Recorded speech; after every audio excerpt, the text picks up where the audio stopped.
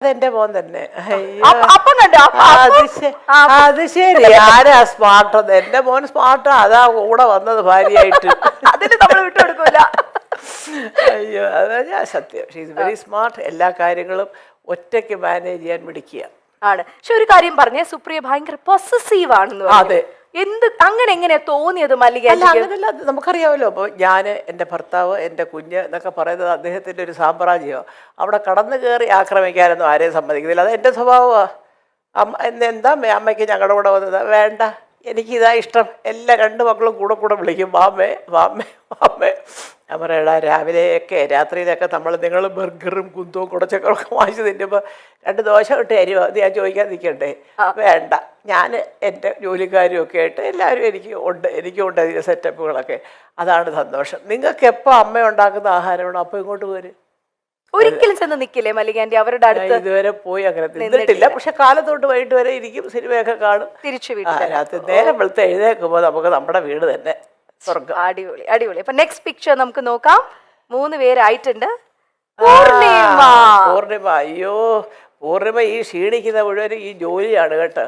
കുറെ നേരം അറിയാമല്ലോ, ഒരു മുട്ടിക്കൊണ്ട് അതിന്റെ പുറകെ. പിന്നെ മക്കൾ 2 പേരും നന്നായിട്ട് പഠിക്കും. എപ്പോഴും അവർ നന്നായിട്ട് പഠിച്ചുകൊണ്ട് അത് മുഴുവനും പൂർണിമയുടെ തലയില്ല. കാരണം ഇന്ദ്രൻ വീട്ടിലേ ഇല്ല. പിന്നെ എങ്ങനെയാണ് കുഞ്ഞുങ്ങളെ നോക്കുന്നത്? അതുകൊണ്ട് എപ്പോഴും ഞാൻ പറഞ്ഞൊരു പോയിന്റ് അതാണ്, 2 പേർക്കും അനുയോജ്യരായ 2 പെൺകുട്ടികളെ കിട്ടിയതാണ് അവരുടെ വിജയത്തിന്റെ ഒരു ജീവിത വിജയത്തിലെ എന്ത് പറയും? അമ്മയ്ക്ക് 50 വർഷം എന്ന് പറയുമ്പോൾ ഇപ്പം മൊത്തത്തിൽ എത്ര വയസ്സായെന്ന് അറിയാമല്ലോ അല്ലേ? അപ്പം അതുകൊണ്ട് ഇതുപോലൊക്കെ സ്നേഹത്തോടും അതിലൊക്കെ ജീവിച്ചു പോവുക. അപ്പോഴേ ജനം പറയുള്ളൂ അമ്മയുടെ സ്വപ്നങ്ങൾ സഫലമായി. ഓക്കെ, എന്നാൽ ഒരു ചെറിയൊരു ചോദ്യം, വേറൊന്നല്ല, നമ്മുടെ ഓഡിയൻസിന്റെ ഇടയിൽ നിന്ന് വന്നതാണ്.